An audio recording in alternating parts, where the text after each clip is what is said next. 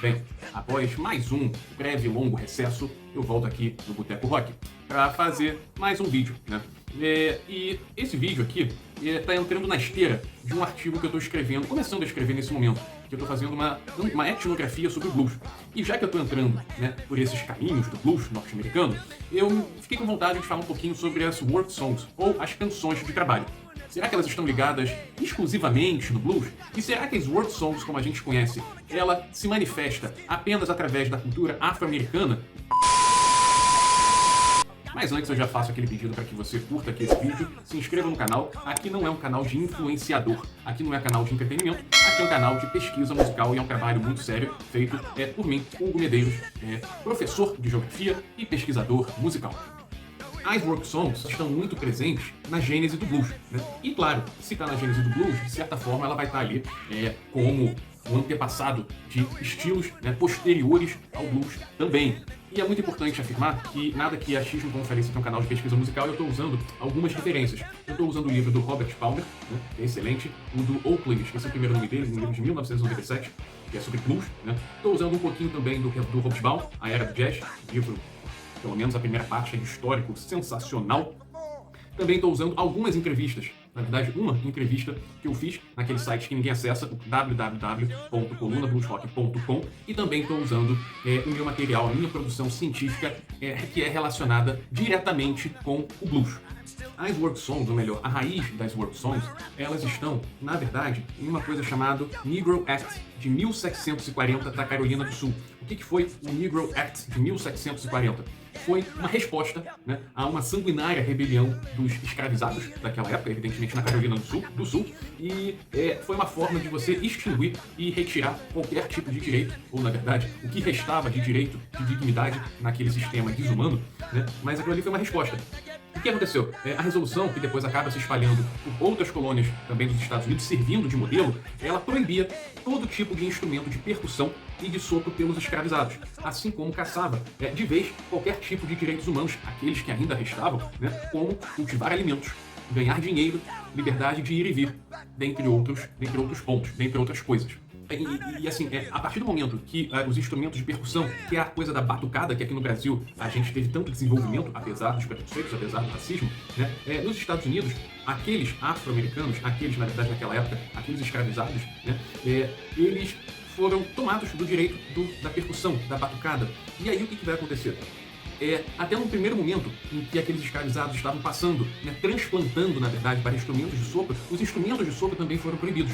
Então, restava, né, a coisa mais básica para um ser humano que queria e quisesse dar ritmo, né, a um canto, que era o quê? Ou você bater, usar o seu próprio corpo, ou bater, né, no chão, e também o canto. A proibição acabou, de certa forma, desenvolvendo os cantos daqueles escravizados, né? Fossem aqueles cantos coletivos ou os individuais, né? Mas porque eles foram desenvolvendo na necessidade, diante de toda aquela proibição, iam desenvolvendo de forma independente, muito ainda não presos àquela métrica, né? Aquela coisa mais racional da música europeia, música branca europeia, sobretudo da música clássica europeia. Sobre essa questão das work songs, em entrevista, lá novamente aquele site colunabluesrock.com que ninguém acessa, e que inclusive está vencendo agora o domínio e eu não sei se vou renovar. A entrevista ao Coluna Blues Rock, Dr. David Evans, ainda vivo, né, espero eu que esteja, essa entrevista foi de 2019, com certeza o maior etnomusicólogo, ele também é músico, mas o maior etnomusicólogo especializado no blues.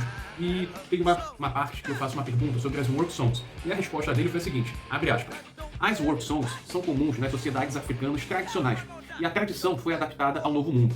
Algumas são expressões solo, geralmente canções melismáticas, estridentes, como pastorear gado ou uma pessoa que trabalha sozinha em um campo. As work songs, em grupo, geralmente são em coro de líder, chamado e resposta. É claro que nos Estados Unidos, elas são cantadas em linguagens europeias e o assunto não era mais africano. Isso é importante dizer, fecha aspas, diga de passagem, porque aqueles, né, elementos da vida africana que serviam aos interesses do senhor, né, dos fazendeiros, eram permitidos continuar. Portanto, era permitido aos escravizados continuar com aqueles cantos de trabalho, né, aqueles cantos rítmicos de trabalho, que eram, de fato, tradição, né, em toda pelo menos em todo o litoral do oeste africano. E assim, esses cantos, eles eram calcados em diversas tradições da Senegâmbia, né, que era uma região que na época do primeiro momento da escravidão, né, dos escravizados indo em direção aos Estados Unidos, foi dessa região chamada, denominada Senegâmbia, que o nome já entrega. Era aquela região que ia do Senegal, também passando pela Gâmbia. Mas também, né, era da Senegâmbia até o Congo, que está mais embaixo, um pouquinho depois da curva da África, como vocês estão vendo nesse mapa aqui. Aliás, um vídeo de professor de geografia tem que ter um mapa que cresce. Esse canto de trabalho eram muito comuns nas lavouras africanas. Então, nessa curva da África, você tem países como Gana, Camarões, Nigéria e outros tantos países. Haja vista que esses cantos coletivos ou individuais dos escravizados, eles eram sempre relatados pelos tripulantes dos navios negreiros que faziam a passagem transatlântica, né, saindo da África, cruzando o Oceano Atlântico, fosse ele para os Estados Unidos ou aqui para o Brasil. Mas fato é que há diversos relatos de capitães, né, dos navios falando que eram uma coisa assim de arrepiar, escutar aqueles lamentos, aqueles cantos à noite, vindo dos porões, não sei se chama porão, mas aqui na parte de baixo, sem sol, sem circulação de ar, né, nas piores condições humanas possíveis. Então assim, aquelas canções coletivas, a partir daquele Negro Act de 1740 na Carolina do Sul, né, e depois os Negro Acts vão ser substituídos pelos Black Codes of Mississippi, né, logo após a partir de 1880, mais ou menos, né, que são, como o nome já diz, né, eram as regras, né, para um negro viver, na verdade ele não convivia com ninguém, viver no sul dos Estados Unidos. E logo depois, mais à frente, a partir da década de 20, vieram as leis de Jim Crow. Né.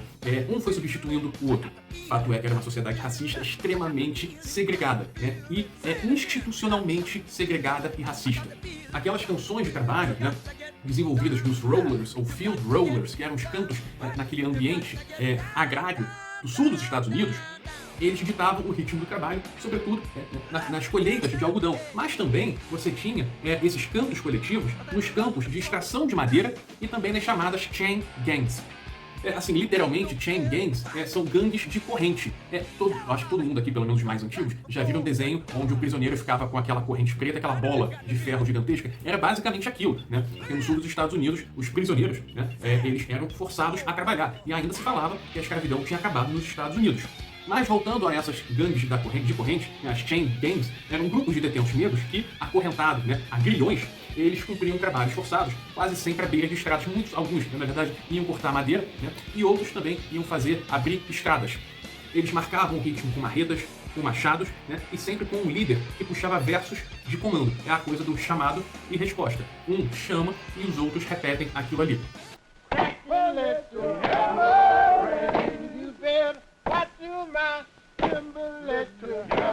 É curioso, né, só para fazer uma ponte aqui com o blues, já que é a especialidade da casa, o Sam House ele tem um depoimento que fala o seguinte, abre aspas, as pessoas insistem em me perguntar onde o blues começou, e tudo o que posso dizer é que quando eu era garoto, a gente estava sempre cantando nos campos. Não chegava a ser canto, era mais gritaria. Fecha aspas. E assim, eu acho que já deu para entender como que nascem essas work songs, essas canções de trabalho, sejam elas rurais, sejam elas forçosas, né, quase que em regime de escravidão, mas assim, essa coisa das work songs, das canções de trabalho, elas, na verdade, elas não ficam restritas à cultura afro-americana, ou seja, daquela cultura que veio do litoral do oeste africano, sendo levada para o Novo Mundo, para os Estados Unidos, para o Brasil. Na verdade, como a música é um fenômeno universal, em todo lugar do mundo, né, cada cultura vai estar também, de alguma forma, usando a música no seu cotidiano e muitas vezes também para o trabalho. Né? A gente pode ver aqui, por exemplo, um trechinho de Tolstói. Sim, Tolstói, escritor russo. Essa aqui, ó, tá no livro referência do Murray Schafer. Né? Quem quer trabalhar com música, antropologia da música, etnomusicologia, musicologia, geografia e música, enfim, tem que ler esse livro, A Afinação do Mundo, canadense, Murray Schafer. E ele vai falar o seguinte, esse trechinho aqui está em Ana Karenina. Aqui, abre aspas, atrás das casas seguiam as mulheres com os ancinhos ao ombro, radiantes nos seus vestidos garridos, falando alto e alegremente. Uma das mulheres, de voz tosca e bravia, entoou uma canção que 50 outras vozes, graves e agudas, acompanhavam na altura do coro. As medas, os carros, os prados, os campos distantes, tudo se lhe afigurou embalado ao ritmo dessa canção louca, acompanhada de assobios e gritos estridentes. Isso aqui é só um exemplo para ver como na Rússia, que talvez seja a cultura diametralmente oposta dos Estados Unidos, né, e também geograficamente oposta aos Estados Unidos, como eles compartilham também a coisa das canções de trabalho. E, né, para finalizar aqui esse vídeo, um vídeo bem humilde, sem grandes pretensões, inclusive de curtidas de views, já estou acostumado, né, aqui eu não faço fofoca, mas botar aqui um vídeo agora para finalizar, né, esse vídeo de hoje, primeiramente já agradecendo a todos pela paciência, quem chegou, os corajosos, os bravos, os heróis que chegaram ao final desse vídeo, agradecer também aos que já são inscritos e também agradecer aos que não querem se inscrever, porque consideram esse trabalho de pesquisa musical muito ruim.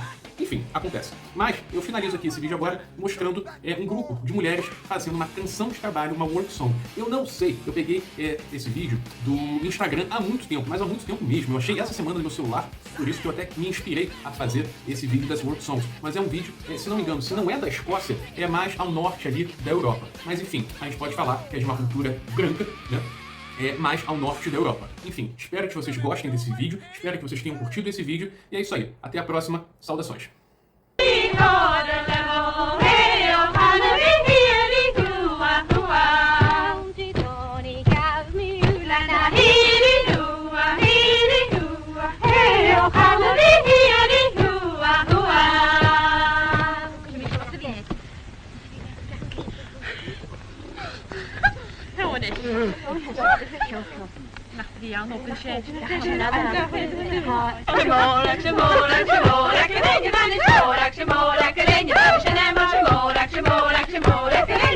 Morak,